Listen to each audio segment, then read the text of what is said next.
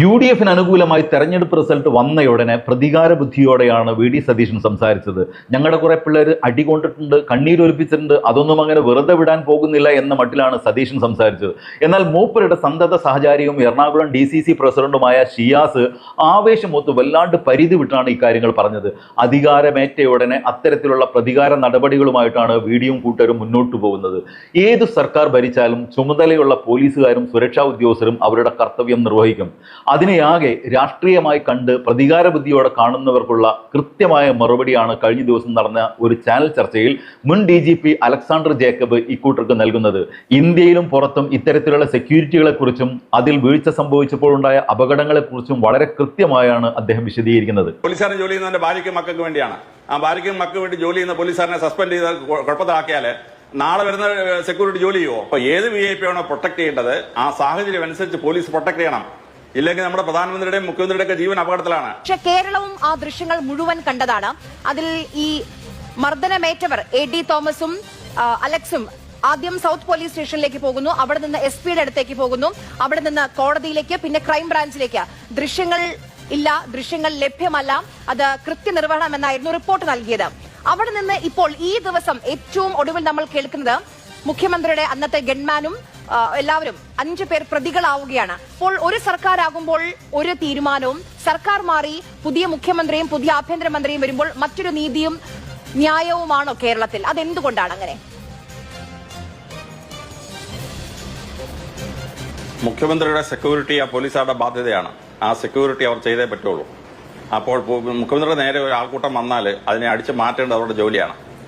ഏതാനും വർഷങ്ങൾക്ക് മുമ്പ് മുഖ്യമന്ത്രി ഉമ്മൻചാണ്ടി കണ്ണൂർ വന്നു, ജനക്കൂട്ടം ആക്രമിച്ചു.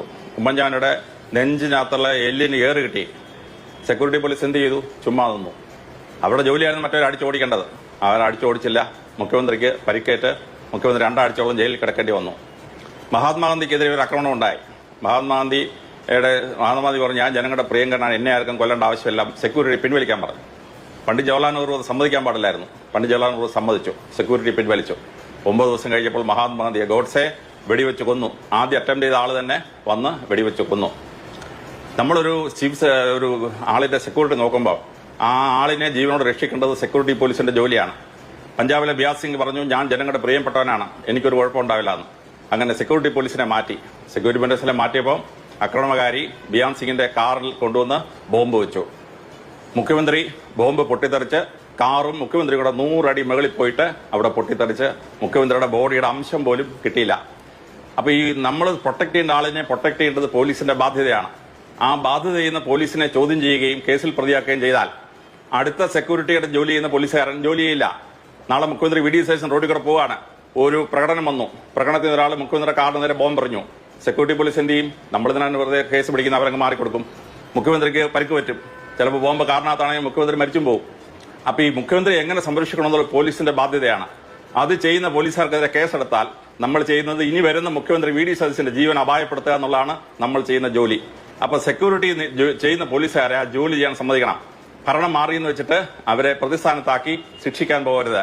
ശിക്ഷിക്കാൻ പോയാൽ ഇപ്പോഴത്തെ മുഖ്യമന്ത്രിയുടെ ജീവനാണ് അപകടത്തിലാവുന്നത്. സെക്യൂരിറ്റി പിന്നെ ജോലി ചെയ്യില്ല. ഇന്ദിരാഗാന്ധി പ്രധാനമന്ത്രിയാണ്. ഇന്ദിരാഗാന്ധിയുടെ 30 പേരുണ്ട്. പ്രധാനമന്ത്രിയുടെ ഒരു വീട്ടിൽ നിന്ന് മറ്റേ വീട്ടിലേക്ക് ഇന്ദിരാഗാന്ധി ഇറങ്ങി വരികയാണ്. അപ്പോൾ ഗേറ്റ് വാച്ച്മാൻ തോക്ക് പൊക്കി, കൂടുള്ള സെക്യൂരിറ്റി 5 എണ്ണം ഓടി, കൂടുള്ള ബാക്കി കോൺഗ്രസ് നേതാക്കന്മാരെല്ലാം ഓടി. പ്രധാനമന്ത്രിക്ക് 28 വെടി കിട്ടി. ആ കൂടെ വന്ന് 30 എണ്ണത്തിൽ ആർക്കെങ്കിലും വെടി കിട്ടിയോ? കിട്ടിയില്ല. പ്രധാനമന്ത്രിയെ സംരക്ഷിക്കാൻ ബാധ്യസ്ഥരായ 5 സെക്യൂരിറ്റി മെൻ ഉണ്ടായിരുന്നു, അവർക്ക് വെടി കിട്ടിയോ? കിട്ടിയില്ല. അവരുടെ ജീവനും കൊണ്ട് ഓടി. പ്രിയങ്കരിയായ പ്രധാനമന്ത്രി ഇന്ദിരാഗാന്ധി, ഇന്ത്യ കണ്ട ഏറ്റവും പ്രഗത്ഭയായ പ്രധാനമന്ത്രി, ആ പ്രധാനമന്ത്രി 28 വെടി കിട്ടി മരിച്ചു.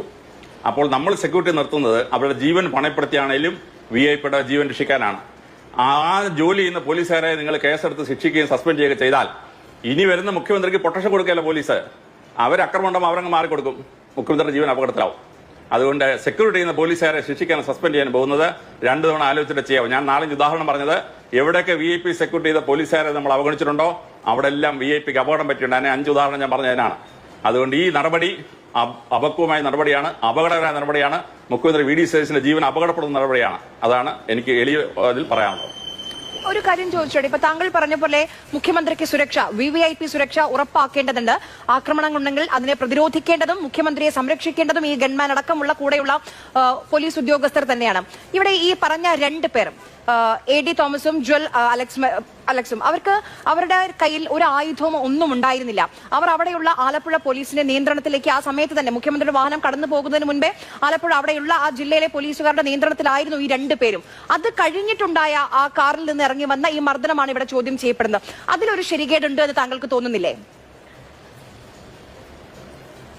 അവരുടെ കയ്യിൽ ആയുധമില്ലാന്ന് എങ്ങനെ കണ്ടുപിടിക്കും? പോലീസിന് തേർഡ് വിഷൻ ഉണ്ടോ കണ്ടുപിടിക്കാൻ? പ്രധാനമന്ത്രി രാജീവ് ഗാന്ധിയെ കൊല്ലാൻ വേണ്ടി ഒരു പെൺകുട്ടി വരികയാണ്. അവരുടെ വസ്ത്രത്തിനടിയിലാണ് ബോംബ് വെച്ചിരുന്നത്. അപ്പോൾ ആ സ്ത്രീ കണ്ട്, ആ പെൺകുട്ടിയെ കണ്ട് നിരപരാധിയായിട്ട് കണ്ട് രാജീവ് ഗാന്ധി ആ സ്ത്രീയോട് സംസാരിച്ച് അവളെ ജനക്കൂട്ടത്തെ അനുഗ്രഹിച്ചു. 2 സെക്കൻഡ് കഴിഞ്ഞ് ബോംബ് പൊട്ടിത്തെറിച്ചു.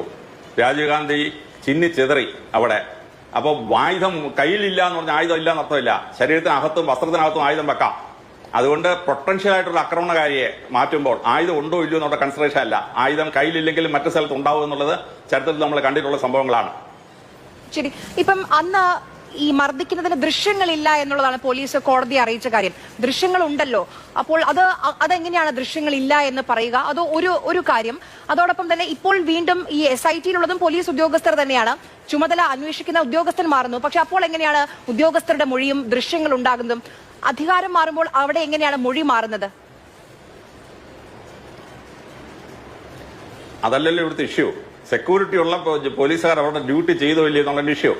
ഇറാൻ പാർലമെന്റിലെ ചായ കൊടുക്കുന്ന ഒരാൾ വന്നു. അയാൾ പറഞ്ഞു ഞാൻ ചായ കൊടുക്കുന്ന ആളല്ല, അയാളെ ചെക്ക് ചെയ്തില്ല. അയാൾ എന്ത് ചെയ്തു? അകത്തുകൊണ്ടത് ബോംബ് പൊട്ടിച്ചു. ഇറാൻ പാർലമെന്റിന്റെ സ്പീക്കറും പ്രധാനമന്ത്രി ഉൾപ്പെടെ 68 MP മരിച്ചു ഒരാളിനെ ചെക്ക് ചെയ്യാതെ കയറ്റി വിട്ടപ്പോൾ. അപ്പൊ ഇയാൾ ആയുധമുണ്ടോ, ഇയാൾ ചായക്കാരനല്ലേ എന്ന് നോക്കിയിട്ടാണോ സംരക്ഷണം ഉറപ്പിക്കുന്നത്? ഇന്ത്യൻ പാർലമെന്റിൽ 2 പേര് കയറി, കർമ്മലി സെക്യൂരിറ്റി ചെക്ക് കയറി അകത്ത് കയറിയിട്ട് അവൻ അകത്ത് പടക്കം പൊട്ടിച്ചു. എന്നിട്ട് പാർലമെന്റിനകത്ത് വീണ്ടും ഭീതി ഉണ്ടാക്കി. അപ്പൊ സെക്യൂരിറ്റി നോക്കേണ്ട പോലീസുകാരൻ സെക്യൂരിറ്റി നോക്കിയില്ലെങ്കിൽ നമ്മുടെ ഇന്ത്യൻ പാർലമെന്റിൽ ബോംബ് പൊട്ടിച്ചതുപോലെ ഇറാൻ പാർലമെന്റിൽ ബോംബ് പൊട്ടിച്ച പ്രധാനമന്ത്രിയും പ്രസിഡന്റും സ്പീക്കറും ഉൾപ്പെടെ 68 MP മരിച്ചതുപോലെ സംഭവങ്ങൾ ഉണ്ടാവും. അപ്പൊ ഏത് VIP ആണോ പ്രൊട്ടക്ട് ചെയ്യേണ്ടത് ആ സാഹചര്യം അനുസരിച്ച് പോലീസ് പ്രൊട്ടക്ട് ചെയ്യണം. ഇല്ലെങ്കിൽ നമ്മുടെ പ്രധാനമന്ത്രിയുടെയും മുഖ്യമന്ത്രിയുടെ ഒക്കെ ജീവൻ അപകടത്തിലാണ്. അത് നമ്മൾ ശ്രദ്ധിക്കണം. അപ്പൊ ഇപ്പൊ 2 പോലീസുകാർക്ക് നടപടിയെടുത്തും എടുക്കാനാണെന്ന് പറഞ്ഞിരുന്നാലുണ്ടല്ലോ നമ്മുടെ മുഖ്യമന്ത്രിയുടെ ജീവനാണ് അപകടത്തിലാക്കുന്നത്. ഇനി ഒരു സെക്യൂരിറ്റി പോലീസുകാരൻ ജനത അടിച്ച് മാറ്റിയല്ല, അവൻ ബോംബ് പറഞ്ഞാൽ അവൻ കണ്ടുകൊണ്ടിരിക്കും. കാരണം പോലീസുകാരൻ ജോലി ചെയ്യുന്നതിന്റെ ഭാര്യയ്ക്കും മക്കൾക്ക് വേണ്ടിയാണ്. ആ ഭാര്യയ്ക്കും മക്കൾക്ക് വേണ്ടി ജോലി ചെയ്യുന്ന പോലീസുകാരനെ സസ്പെൻഡ് ചെയ്താൽ കുഴപ്പത്തിലാക്കിയാൽ നാളെ വരുന്ന സെക്യൂരിറ്റി ജോലി ചെയ്യുമോ? സെക്യൂരിറ്റി ജോലി ചെയ്യില്ല. പ്രധാനമന്ത്രിമാരും മുഖ്യമന്ത്രിമാരുടെ ജീവൻ അപകടത്തിലാവുന്ന പരിപാടിയാണ് ഇപ്പൊ കാണിക്കുന്നത്. മന്ത്രിസഭ മാറിയ ഉടനെ 4 പോലീസുകാരെ സസ്പെൻഡ് ചെയ്യും, നല്ല കാര്യം. പക്ഷെ സസ്പെൻഡ് ചെയ്താലേ നാളെ മുതൽ സെക്യൂരിറ്റി എങ്ങനെയാണെന്നുള്ളത് ഭരണകർത്താക്കൾ അറിഞ്ഞിരിക്കണം. അലക്സാണ്ടർ ജേക്കബിന്റെ ഈ വിശദീകരണ വീഡിയോ പങ്കുവെച്ചുകൊണ്ട് മുൻ മന്ത്രി ഡോക്ടർ KT ജലീൽ തന്റെ ഫേസ്ബുക്ക് പേജിൽ പോസ്റ്റ് ചെയ്ത ഒരു കുറിപ്പാണ് ഇപ്പോൾ സർക്കാരിനെയും ലീഗിനെയും ആപ്പിലാക്കിയിരിക്കുന്നത്. അതിങ്ങനെയാണ്: മുഖ്യമന്ത്രിയുടെ സുരക്ഷാ ഉദ്യോഗസ്ഥർക്കെതിരെ അന്വേഷിക്കാൻ പ്രത്യേക സംഘത്തെ നിയോഗിച്ചവരോട് ഒരു അഭ്യർത്ഥന. മലയാളം സർവകലാശാലയ്ക്ക് ഭൂമി ഏറ്റെടുത്ത വകയിൽ അന്നത്തെ ഉന്നത വിദ്യാഭ്യാസ മന്ത്രിയായ വിനീതൻ അടിച്ചെടുത്തുവെന്ന് യൂത്ത് ലീഗ് ആക്ഷേപിച്ച കോടികളുടെ അഴിമതി പുറത്തു കൊണ്ടുവരാനും ഒരു അന്വേഷണം നടത്താൻ കനിവുണ്ടാകണം. എൻ്റെ എല്ലാ സ്വത്തുക്കളും ബിനാമി ഇടപാടുകളും പരിശോധിച്ച് കുറ്റക്കാരനെങ്കിൽ എന്നെ കൽത്തുറങ്കിൽ അടക്കാൻ ബന്ധപ്പെട്ടവർ തയ്യാറാവണം. ആവശ്യമെങ്കിൽ CBI, NIA തുടങ്ങിയ കേന്ദ്ര ഏജൻസികളുടെ സഹായവും തേടണം. മലപ്പുറത്തെ ഒരു പൊതുപ്രവർത്തകന്റെ എളിയ അഭ്യർത്ഥനയാണ്. നിരസിക്കരുത് പ്ലീസ്. മടിയിൽ കനമുള്ളവർക്ക് വഴിയിൽ ഭയമുണ്ടാവൂ. KT ജലീലിനെതിരെ അന്ന് ആത്മാർത്ഥമായിട്ടാണ് ആരോപണം ഉന്നയിച്ചതെങ്കിൽ അദ്ദേഹത്തിനെതിരെ അന്വേഷണം നടത്താനും ലീഗ് കൂടി പങ്കാളിയായ സതീശൻ സർക്കാർ തയ്യാറാവുമോ? കാത്തിരുന്ന് കാണാം. മറ്റൊരു വീഡിയോ ആയിട്ട് വരുന്നവരെല്ലാവർക്കും ഗുഡ് ബൈ.